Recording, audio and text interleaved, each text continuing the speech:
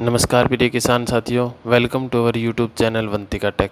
किसान भाइयों, आपको एक नरमा फसल के अंदर समस्या देखने को मिल रही होगी कि जो नरमा के जो पत्ते हैं वो काले पड़ रहे हैं। आज हम इस वीडियो के अंदर आपको बताएंगे किसान भाइयों कि आप कैसे पहचान कर सकते हैं कि ये किसी कीट के कारण है या फिर ये कोई फंगस का अटैक है आपकी फसल के ऊपर, और इसका आप निवारण किस प्रकार कर सकते हैं।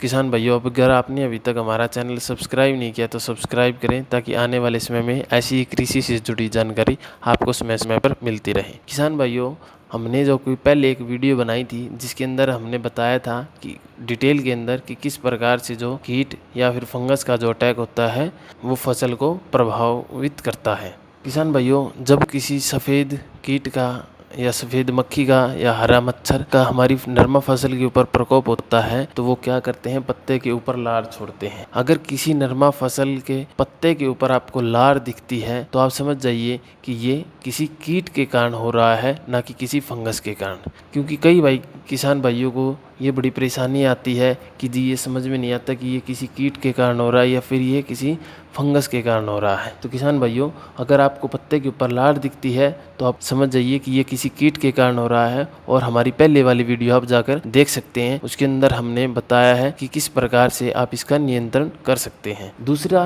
कारण है किसान भाइयों कि इसके अंदर फंगस अटैक है। फंगस की पहचान कैसे करेंगे? किसी पत्ते के ऊपर आपको पहली निशानी की लार नहीं दिखेगी। दूसरी कि कई जगह पर पत्तों के ऊपर आपको धब्बे दिखेंगे। बाहर से सूखा हुआ हो सकता है, पत्ते के जो नीचे का हिस्सा है उसके ऊपर भी काले धब्बे दिखाई दे सकते हैं, या फिर जो पत्ता है वो सूख के नीचे गिर जाता है। कई बार जो ये धब्बे हैं ये पौधे की टहनी पर भी दिखाई दे सकते हैं, या फिर कई बार ये जो धब्बे हैं ये जो फूल फाल जो टिंडा है उसके ऊपर भी देखने को मिल सकते हैं। आपको किसी भी प्रकार का अगर कोई धब्बा दिखता है, उसके अंदर कोई चिपचिपापन नहीं है, चाहे वो गोल कलर का हो, चाहे पत्ते के ऊपर हो, पत्ते के नीचे हो, तो आप समझ जाइए कि ये एक फंगस का अटैक है। और इसका नियंत्रण आपको कुछ इस प्रकार करना है। किसान भाइयों, सबसे पहले एक चीज़ ध्यान रखें कि जो फंगस है वो पौधे के अंदर बहुत जल्दी खराब कर देती है, यानी कि हम कह सकते हैं कि जो पौधे को जल्दी नुकसान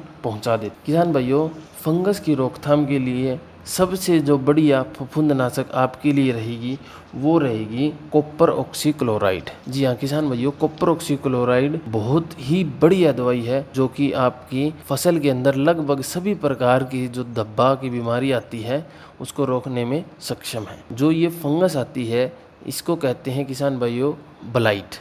ये ब्लाइट कई प्रकार की होती है, उसके बारे में हम आपको आगे नेक्स्ट वीडियो में बताएंगे। किसान भाइयों, जब कॉपर ऑक्सीक्लोराइड है वो आपको किसी भी कंपनी की आप यूज़ कर सकते हैं, लेकिन जब हमने यूज़ करके देखा तो जो टाटा कंपनी की ब्लिटॉक्स के नाम से आती है उसका रिजल्ट काफ़ी हद तक अच्छा है। या फिर आप सिजेंटा की जो ब्लू कॉपर के नाम से आती है उसके अंदर भी कॉपर ऑक्सीक्लोराइड होता है 50% WP के, तो आप उसका भी यूज़ कर सकते हैं।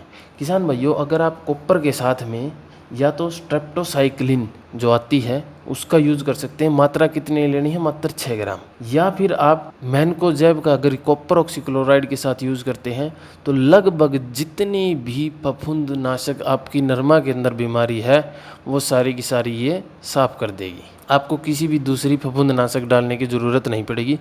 हाँ, अगर आपकी फसल के अंदर कुछ ज़्यादा ही प्रकोप हो गया है तो किसान भाइयों आपको हो सकता है कि एक बार दोबारा से स्प्रे करना पड़ जाए, नहीं तो एक स्प्रे में ही आपका काम हो जाएगा। वहीं अगर हम इसकी मात्रा की बात करें तो किसान भाइयों आपको लगभग 500 ग्राम प्रति एकड़ की दर से डालनी है। वहीं जो दूसरी फफूंदनाशक आती है जिसके अंदर से कुछ हद तक हम कह सकते हैं कि ये जो छोटे मोटे धब्बे दिखाई देते हैं या फिर कहीं पत्तों के ऊपर हल्के फुल्के निशान हो जाते हैं, उनको रोकने के लिए आप कार्बेंडाजिम और मैनकोजेब का जो घोल आता है उसका यूज़ कर सकते हैं। या फिर आप जो UPL की साफ़ आती है उसका भी यूज़ कर सकते हैं, या धानुका की सिक्सर आती है उसका भी यूज़ कर सकते हैं। जो UPL की जो साफ़ आती है किसान भाइयों उसके अंदर 12% कार्बेंडाजिम होता है और 63% उसके अंदर मैनकोजेब होता है, जो कि दोनों की दोनों फफूंदनाशक को रोकने के लिए कारीगर है। अगर मात्रा की बात करें तो किसान भाइयों लगभग 300 से 400 ml आपको अगर लिक्विड में मिलती है तो आप 300 से 400 ml ले सकते हैं। नहीं तो अगर WP में वेटेबल पाउडर में मिलती है तो किसान भाइयों 40 ग्राम प्रति पंप के हिसाब से आप डाल सकते हैं। और भी कई फफूंदनाशक है किसान भाइयों, जैसे कि अगर आप सिर्फ कार्बेंडाजिम डालना चाहें तो कार्बेंडाजिम भी डाल सकते हैं। वो छोटे मोटे जो पत्ते के ऊपर धब्बे होते हैं उसको भी नियंत्रण कर सकती है। वहीं अगर किसान भाई स्ट्रेप्टोसाइक्लिन सल्फेट 9% प्लस में टेट्रासाइक्लिन हाइड्रोक्लोराइड 1% SP ये डालते हैं तो ये भी लगभग लीफ सपोर्ट हो गया या फिर एंगुलर लीफ सपोर्ट हो गया या ब्लैक आर्म डिजीज़ हो गया, ये इनको नियंत्रण कर सकती है। अगर कंपनी की बात करें तो किसान भाइयों क्रोसिन AG/KR कंपनी की दवाई आती है, मात्र लगभग आपको 30 ग्राम प्रति एकड़ की दर से डालनी है या फिर 2 ग्राम प्रति पंप की दर से आप फसल के अंदर